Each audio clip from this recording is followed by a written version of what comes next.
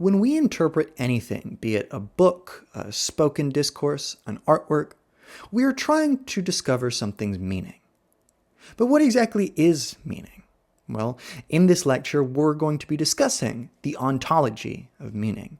What exactly is the nature of meaning? Where does it lie? Who controls it? What are the conditions that allow for it to come about? And in order to do this, I'm going to be outlining two perspectives on language and on meaning that will help explain this. One, the intentionalist perspective, the other, the extensionalist or externalist perspective. I'm going to be using externalist just because I think it's more descriptively apt. Through this, we're going to understand two approaches for what exactly language is doing and what exactly meaning makers are doing when competent agents use language in order to make meaningful statements.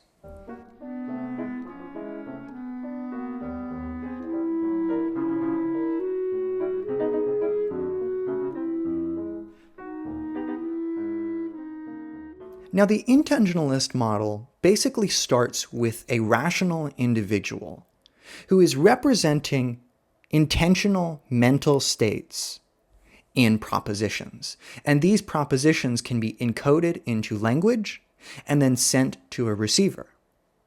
Through this process, an intentional mental state can be sent as a copy and received, decoded, and matched to the original intentional state of the sender, and in so doing, a successful communication has occurred. This model is great because it helps make sense of the feeling that we are actively making a meaning, and that meaning is successful insofar as it accords with someone's intentions of what they really meant, right? But this is a partly impoverished perspective, and it doesn't and is not able to take account of a lot of contemporary aspects of language. For example, it seems that language is something we inherit. It's not made up whole cloth by any one person. Rather, it seems to already be. This is how we can learn it. It is a series of rules and regulations, of practices and expectations in the world that we inherit and we learn how to use competently. And the idea of linguistic competence is important here. This is a term used by the Chomskyan linguists, which basically expresses a speaker who knows the rules of the language. They have average intelligence and can aptly apply linguistic rules, taking into account context to make meaningful statements and to have meaningful interactions. Now, if we consider that language is something we inherit, we also have to understand that it's therefore more than the say-so of any one person.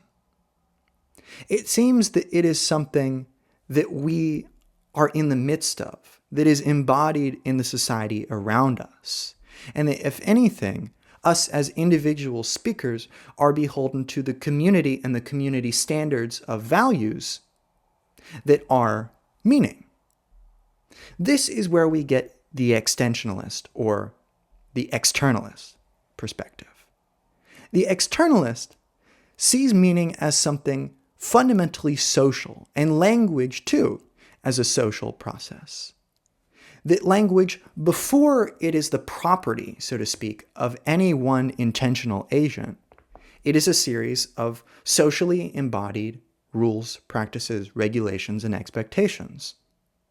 It is something in particular that is embodied in institutions, which regulate, maintain, and copy for posterity these practices. These would be things like schools, or the family, or courts. These are institutions that embody certain normative notions of what language is supposed to be. You can also think of certain apparatuses like dictionaries, for example, which help maintain a sense of stasis, right? That language has some definite form, that it can be reduced to a series of definitions. And the externalist is going to understand meaning as something not internal to an individual, but rather the result of a relationship between competent language users. Therefore, it's like Foucault says of power. It is a relation and not a thing. Meaning is the result of relationships between individual competent language users, which act in accordance with certain rules of discourse. Discourse is basically a fancy way for talking about structures of values and expectations and practices that define a community. They define a socius, and they can be acted in accordance with in order to yield what we would call a successful or a meaningful conversation. Therefore, meaning is the rule and is the result of rules particular to a community. It is therefore historical and going to develop through time. It is subjective to particular communities, to particular areas. And it is not going to have a definition or an ontology independent of the discourse or community that defines what are the rules or the expectations for a successful linguistic encounter. For example, say you are in a very affluent place.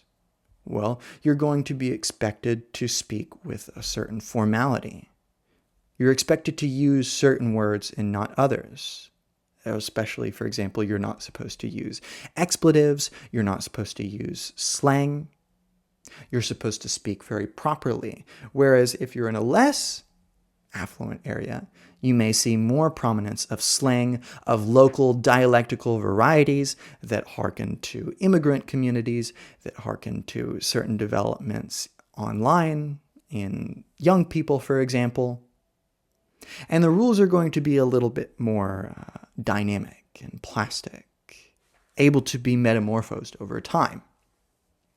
Therefore, we can see that certain communities have different expectations for what language is, and those expectations are a concomitant part of what meaning is taken to be in the externalist approach. Because it's embodied externally, it is something that we accede to, or we deny and reject and try to make an alternative. And the ability of that alternative to be successful has to do with power relations. It has to do with things like class, race, and gender. Things that are going to accord with certain definite material relations which determine whether or not one has the means and controls the means, such as the institutions, that embody and replicate those linguistic expectations. On the extensionalist account of meaning, meaning, again, is not something internal to someone, but rather it is indicative of certain social facts. And to speak meaningfully is therefore to reflect facts about the world around one. It is not primarily an individual affair, but rather it testifies to a community. These are two very different perspectives, and they're not necessarily mutually exclusive, although you'd be hard-pressed to find someone who is really strong in one camp and doesn't have significant suspicion about the other. The intentionalist perspective is a little bit more prominent in kind of classical theories. Think of the Enlightenment rationalists, who are keen on this idea that ontology should start from the rational individual, internal to the mind, and should be able to express those facts outwards, and the world is kind of derivative, if not bracketable. Whereas the second approach is going to accord more with Marxist theory, feminism, post-colonial studies, certain strands of literary theory and postmodernism, which are going to really be keen on the historical and the social aspects and the power dynamics latent within our linguistic categories. This is also going to be something more favorable in sociolinguistics. Now, this is just a very brief video, but I thought that it would be helpful just to lay out these two perspectives because I think that they can yield very surprising and exciting insights in terms of thinking about what is our goal when we enter a meaningful conversation, right?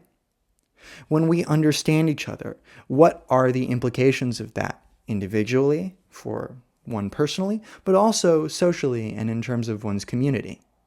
Each of these perspectives will yield different results, and I ask you to think about what those implications and results might be. That being said, that's it for this short lecture. You can check out any of my other ones I've done on postmodernism, German idealism, gender theory, post-colonial studies, and other classic literature. You can also become a channel member for $5 a month and gain access to, among other things, a private philosophy Zoom, which you can tailor to your needs. I also have super thanks if you'd just like to donate to the channel, because it helps me buy the books necessary to read and then bring y'all content. But no pressure, care about yourself first. That being said, that's it for this lecture, and I'll see you in another one.